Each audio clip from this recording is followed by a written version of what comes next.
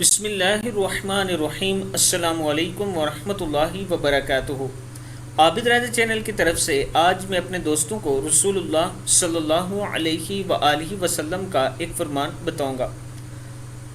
حضرت ابو ہریرہ رضی اللہ تعالیٰ عنہ فرماتے ہیں، جب بھی کوئی آدمی آپ صلی اللہ علیہ وآلہ وسلم کا ہاتھ پکڑ لیتا تو آپ صلی اللہ علیہ وآلہ وسلم اس کا ہاتھ نہ چھوڑتے، وہی آپ کا ہاتھ چھوڑتا، اور نہ کبھی آپ صلی اللہ علیہ وآلہ وسلم اپنے گھٹنے کے پاس بیٹھنے والے کے سامنے پھیلے ہوئے دکھائی دیتے، اور جب بھی آپ صلی اللہ علیہ وآلہ وسلم سے کوئی مصافحہ کرتا یعنی ہاتھ ملاتا تو آپ صلی اللہ علیہ وآلہ وسلم پوری طرح اس کی طرف متوجہ ہوتے اور اس وقت تک دوسری طرف متوجہ نہ ہوتے جب تک وہ اپنی بات سے فارغ نہ ہو لیتا۔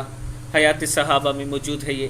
میں اپنے دوستوں سے گزارش کروں گا کہ اپنے اخلاق کو بہتر کریں، دوسروں کے ساتھ اچھا سلوک کیا کریں، اچھے طریقے سے ملا کریں، یہ بھی ایک بڑی نیکی کی بات ہوتی ہے اور شاید یہی آپ کی آخرت میں کامیابی کا سبب بن سکے۔ السلام علیکم ورحمۃ اللہ وبرکاتہ۔